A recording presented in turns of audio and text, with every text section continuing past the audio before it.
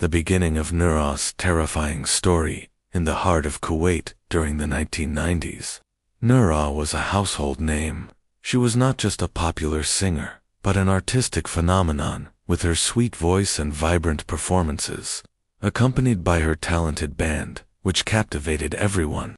Weddings in Kuwait and the Gulf states were incomplete without Noura and her band, bringing unforgettable joy to the nights of celebration.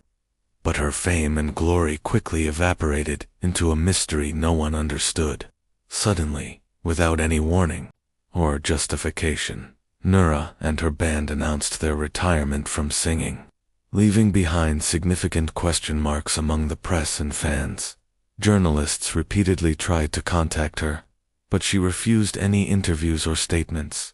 Her only response was absolute silence, fueling speculation about the real reason behind this sudden decision. However, the persistence of one journalist, who managed to convince her to conduct an audio interview, was the key that uncovered one of the strangest and most terrifying stories to have graced the artistic scene. An encounter that reveals the truth between incense and terror. When the journalist visited Noura's home, he was surprised by the atmosphere that greeted him. The scent of incense filled the room, and verses from the Holy Quran adorned the walls, in a scene that suggested piety and tranquility, but behind it lies a horrific story. Noura appeared tired, exhausted, and noticeably thin, as if a heavy burden had weighed heavily on her soul and body. The reporter asked her about the reason for her sudden retirement, and she replied hesitantly, her eyes filled with awe, "I don't know if you can bear what you're about to hear."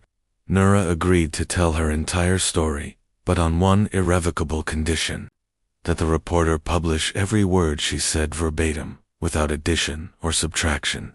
This condition was the key to delving into the depths of the experience that changed her life forever. The strange wedding night, an invitation not to be rejected. The story began with an unexpected phone call. A strange woman asked Noura to perform at her only daughter's wedding, on a day that was a holiday for the band. The woman insisted on her request and tempted Noura with a large sum of money, which she reluctantly agreed after much insistence. Noura and her band went to the specified house, which appeared ordinary from the outside and was decorated normally for a wedding. But something was strange from the start. The mother who welcomed Noura had noticeably rough and dry hands, which surprised Noura without her giving it much thought. One of the band members felt more threatened. She expressed a sense of fear and unease upon entering the house. She noticed that the hands of the girls who greeted her were also rough, feeling like stone. But the biggest shock was the bride and groom. They were wearing old, strange clothes. And even stranger was the fact that they were motionless and unresponsive, like silent statues, which heightened the sense of strangeness and tension. The terror of the upper floors. A nightmare come true. Noura felt extremely tired, so she went to rest in one of the rooms, then went upstairs in search of some peace and quiet, away from the noise of the strange party. But what she found was surprising and frightening. The upper floor was deserted, very old, and emanated a strange smell. She entered a room and fell asleep for a while, only to find herself in a terrifying dream. A woman dressed in black was chasing her, speaking in an incomprehensible language, as if she were an evil entity pursuing her in another world. Noura awoke to the sound of faint knocking, only to find the door firmly closed. After some effort, she managed to open it, only to find the same woman disappearing into the distance. This was only the beginning of the horror. Noura saw a small child enter a room on the upper floor and, curious, followed him to the third floor, which was more frightening than any other part of the house. The room was eerie, filled with strange objects and faint voices. Suddenly, she heard a voice calling her, "Noura, sing." She felt something pull her foot into the room. The child had entered. These were moments of absolute terror, as if an invisible force was pulling her into the abyss. With difficulty, she managed to escape and return to her band downstairs. gripped by panic. Noura wasn't the only one experiencing the horror. One of the band members was crying with fear and told Noura that she had seen strange faces drawn on the walls on the second floor. Even more disturbing, she heard Noura's voice calling her from an empty room. When she went back down, she saw a tall shadow and involuntarily approached it. Then she saw a frightening face looming over her from the darkness. On her way back, she encountered a huge man on the stairs who warned her not to go upstairs again. Dancing, the jinn, a never-ending party despite the terror she experienced. Noura persuaded her band to continue singing until the last act, so as not to arouse suspicion or anger the owners of the strange house. However, as midnight approached, the audience grew strangely and suddenly, and they began dancing and screaming hysterically, as if they had lost their minds. The atmosphere was turning into a true nightmare.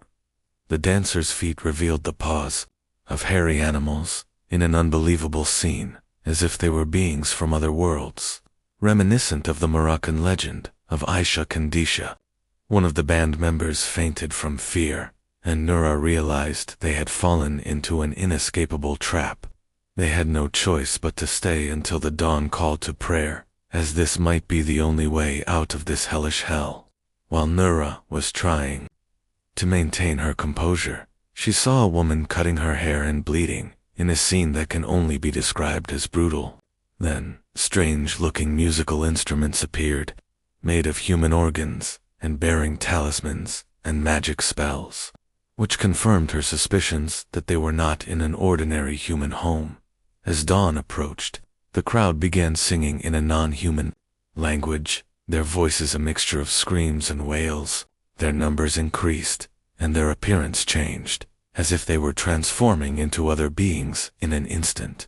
The dawn of salvation.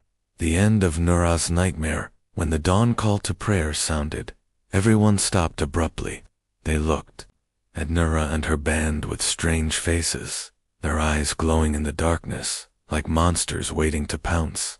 At this crucial moment, the electricity suddenly went out. This was the awaited sign. Panicked, Noura and her band fled the house, running with all their might, leaving behind an incredible nightmare. When they reached the street, Noura was in for a major shock. The house where they had celebrated the wedding was nothing but a ruin, abandoned for hundreds of years. There was no sign of any decorations or celebration, only cracked and deserted walls. An elderly man from the area confirmed that this house was abandoned and had not been visited for many years, as it was known for its stories of ghosts and strange entities. Because of this terrifying experience, which shook her entire being, Noura retired from singing completely. She couldn't return to the spotlight after what she saw and experienced. She lost her luster and fame, but she regained her peace of mind, choosing to stay away from the world of art forever, carrying with her the secret of her wedding night, which was nothing more than a party for jinn. Would you like to learn more about